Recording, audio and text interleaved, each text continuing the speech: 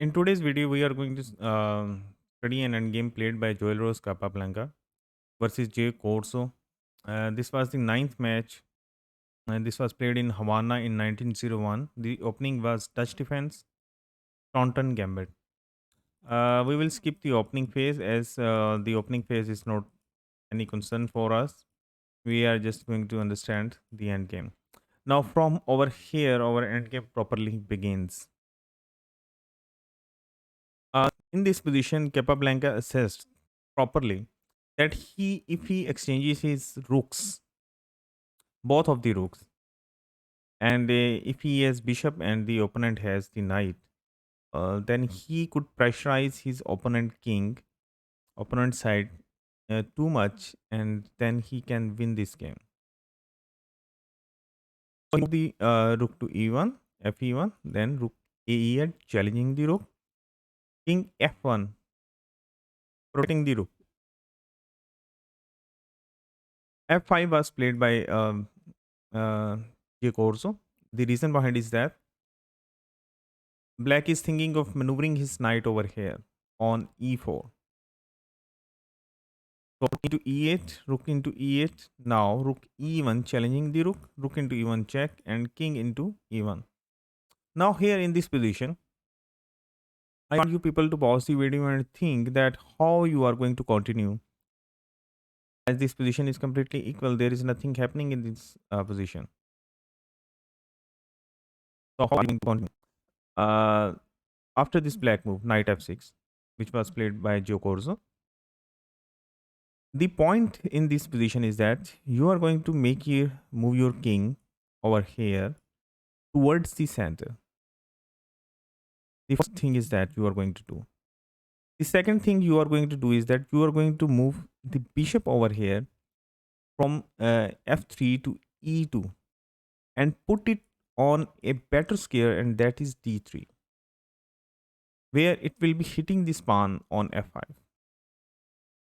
This is the first phase of this endgame you are going to achieve, and Capablanca did the same. After king d2, now knight e4 check. I want you people to think that is it possible that you can take this knight? No, it is not possible, because if you take this knight over here and pawn takes the knight bishop over here on e4, now this king is stuck over here in this pawn square of black, and he can't be able to move his pawns forward and shoulder them. So taking a knight in this position is wrong. That's why Capablanca made the move king e3. Now black played the move knight d6, and the point is that he was going to protect this pawn on f5, and then he is going to maneuver his king from f7 to f6. After e2 was played, the same plan, that whenever king tries to move, he has two squares over here, and the white bishop is going to move over here on d3, hitting this pawn on f5. After king f7, king f4, king f6, h4. I did not discuss this plan before. Actually, the point in this position is that white has these two double pawns, and these are the liabilities for white. And he want to exchange them in such a way that whether he could create a pass pawn over here, or whether his king position gets better and his bishop over here on e2 has more mobility in the position. Here g4 is also right, immediate, but the move which was played in the game was h4 by Capablanca. The point of this move is that now g5 is immediately stopped. Black might go with whether h6, or he will just hold by moving the pawn to c6. So over here, J also played the move g6. Now g4. Getting these two double pawns. Capablanca. And both of the moves are right. Whether he black takes over here and bishop into g4. Now the bishop gets active, but black is still holding this complete barricade for white king. And these pawns are protected. This knight is on d6 and it is untouchable. In game, black went with h6. He thought that I am not going to give the mobility to this bishop. So here, Capablanca went with g5 check. Sorry.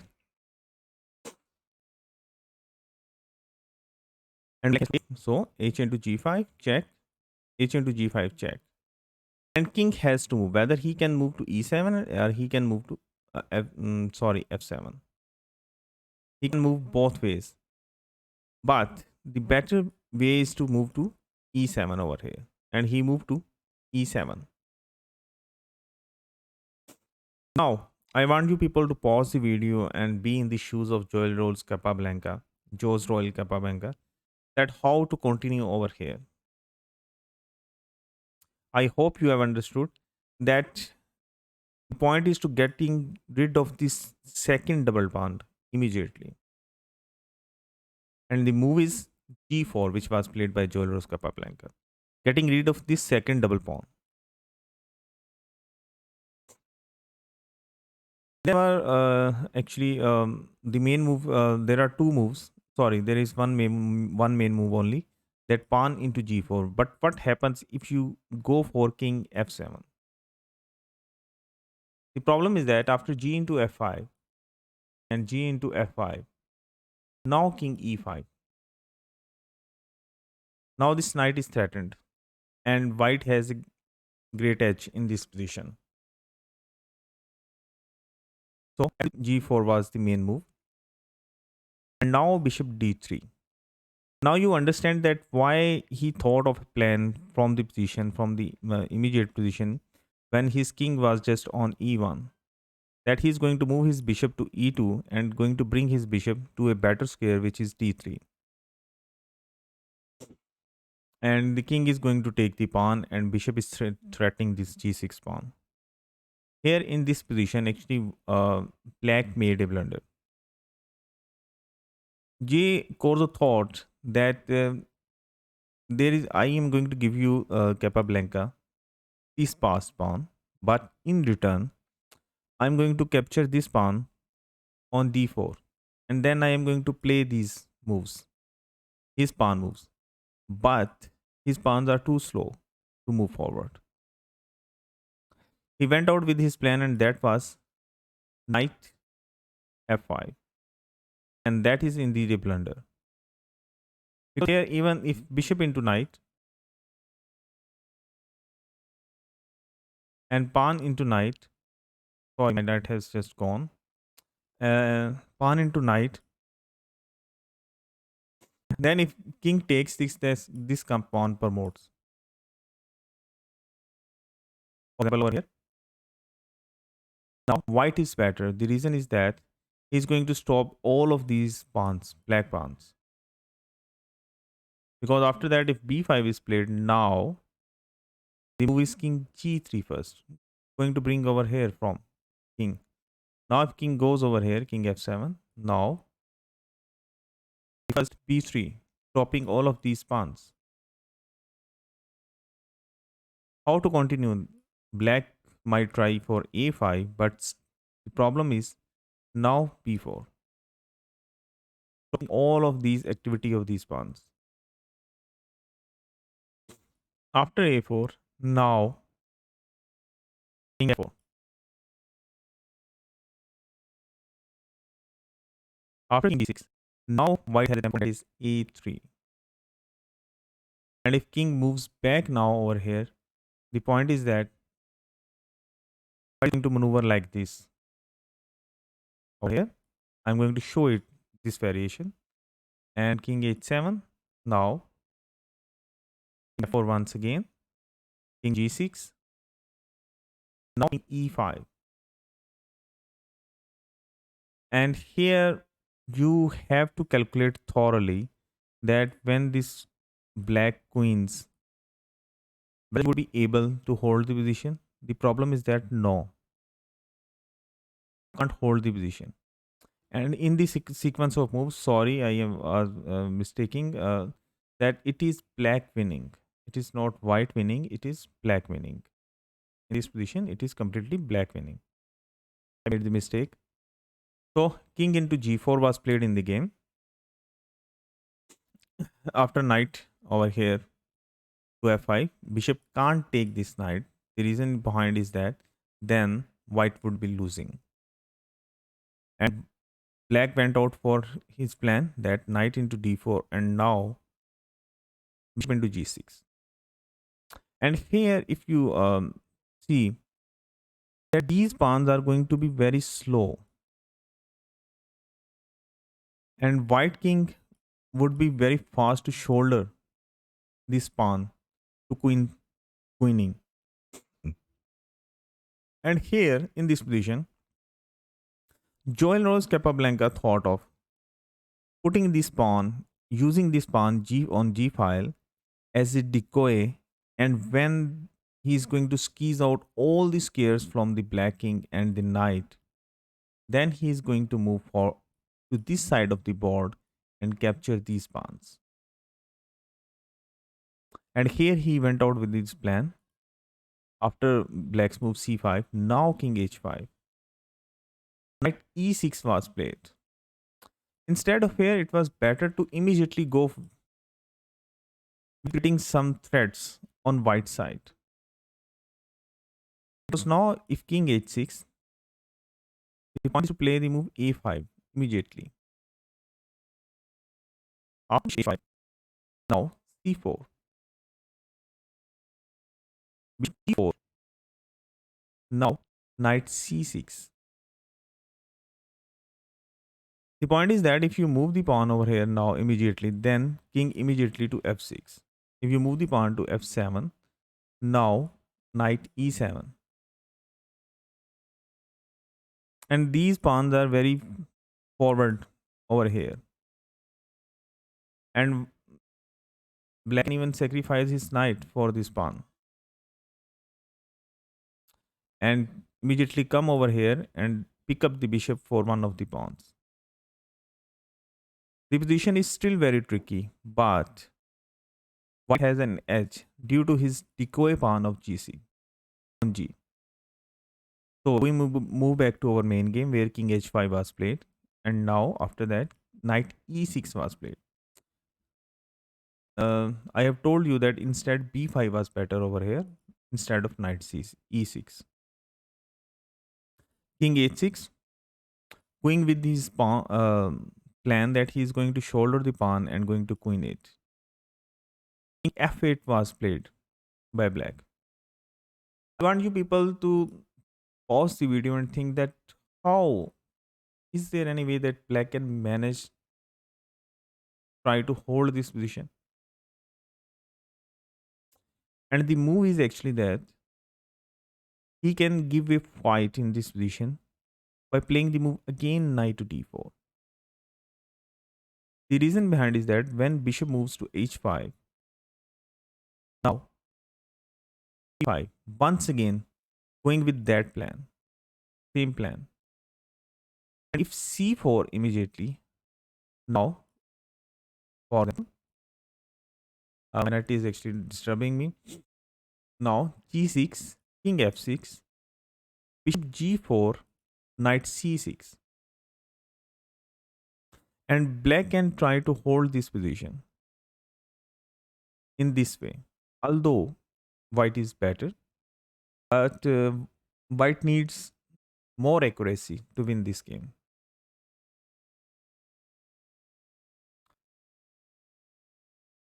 So like this, for example, instead of king f8, which was played in this game, Joelros Kapamanga played the move bishop f5. Now knight g7, hitting the knight, and bishop c8. hitting the pawn on b7. And now b6 was played in the game. Instead of here, what happens if we play the move immediately b5, and that is a good try instead of b6. The reason behind is that after b6, now c4. Now bishop can come and hit these pawns. But if he gives simple move like this, for example, bishop d7, now b4 could be played. And then in the next move, black is going to try for this. And this is if fighting. Still, black has some fight in the game. Although it is completely drowned. So in the game, b6 was played, and how to continue over here from white side. I want you people to pause the video and think that how to continue from white side over here. Yes, the move is g6.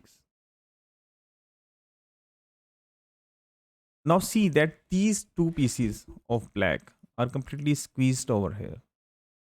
The knight, bishop has taken away e6 square and the f5 square from this knight on g7.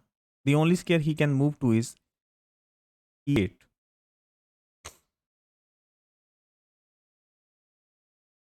Instead of here, sorry, I have already discussed that. After g6, now d4 was played by black. Corso. Now, once again, I want you people to pause the video and how to continue from over here. The point is that you are going to take full control of these white squares, light squares.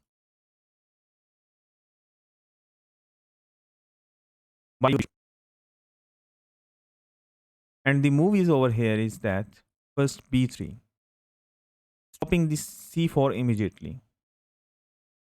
After king g8, instead of here, it was the another try was d3 actually. Still, it is a lost position for white, but this was a better try to give away. Now it is king g8. Giving away the pawn. The reason behind is that now bishop has to move bishop g4. Now king h8. After king g5. Now once again king g8. King f6. And now knight e8 check. Still, white is winning, but he needs to get proper fight. Go into a proper fight.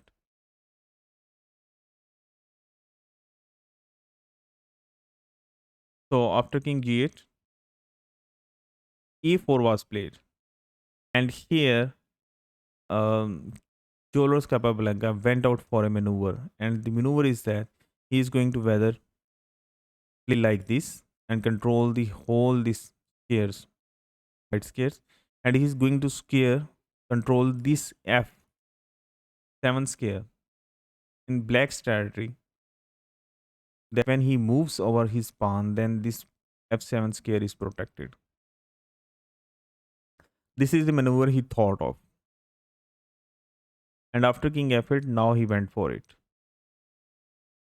He went for like this.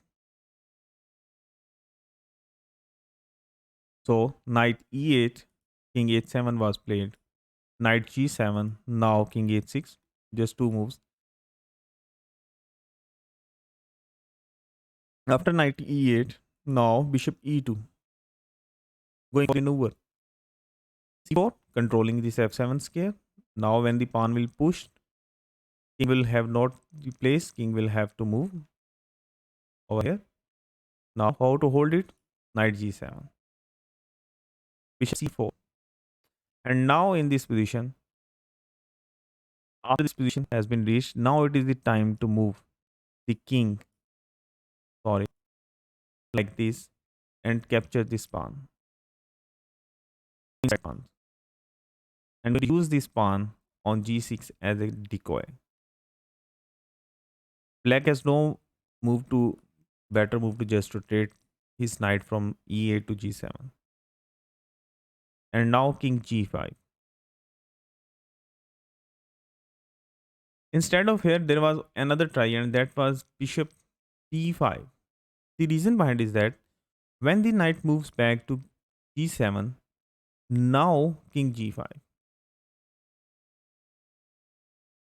The point is that if knight gives check over here, now king f6, knight goes back to g7, now king e5, and white is fast at scale of returning of knight is being covered by this bishop. So king g5 is still better. After that, king e7 was played. A better try was king g7, and after that bishop e3, protecting this pawn. And now white is going to move to queen side. If knight d6 over here, now you can come over here. But the problem is that if you immediately come over here, then it is a draw, because after king f6, now these whole squares are being covered. And black can hold a draw over here,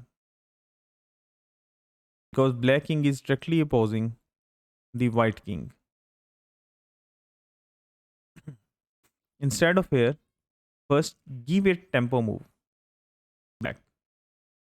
Black has to move knight e4 check. Now king f5. Knight g3 check. Now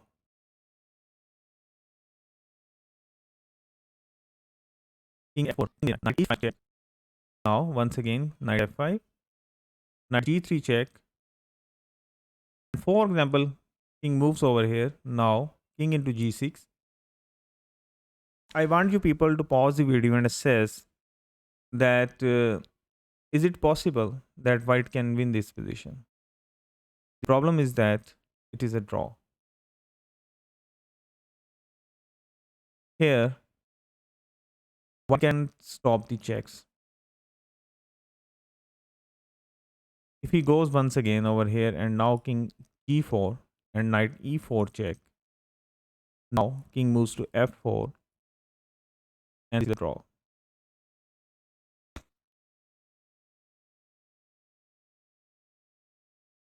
So there was a possibility of a draw if white plays strongly.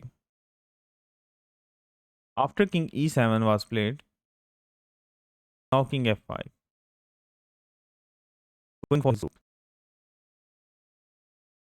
Knight g7 check. Now king e5.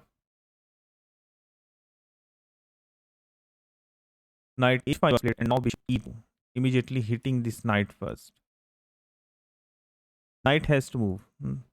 Knight g7 and now the king is going from over here d5 c6 b7 and going to pick up this pawn on a7.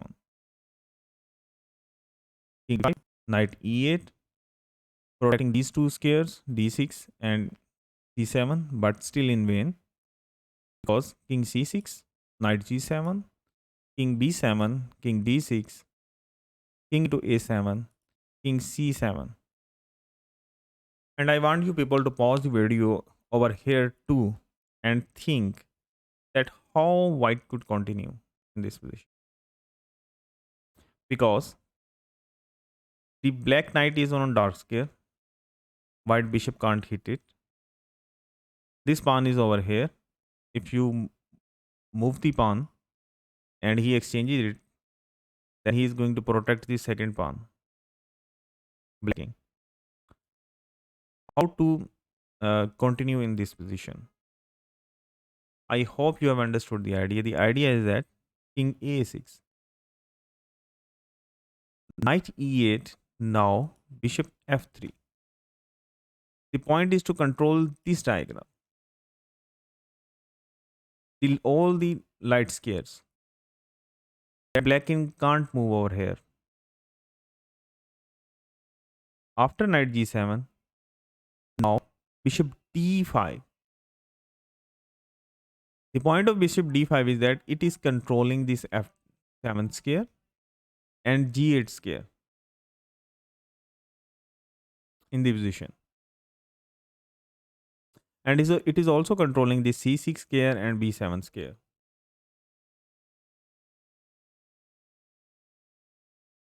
And black has nothing better to just move his knight back to knight e8. After bishop f7, now taking away the square of this knight, escape square of this knight. Now knight g7, and where the knight could move, whether he can move over here to give the come over here, or he can move over here. Remember, in bishop and knight end games, knight may come into zugzwang. It is round about 70% possible that knight may come into zugzwang position. After king b5, now over here, knight f5, he may come over here to give the check, or he may come over here to protect the square on g8. Now a5. After d6 check, and now king a6, and the black is in zugzwang.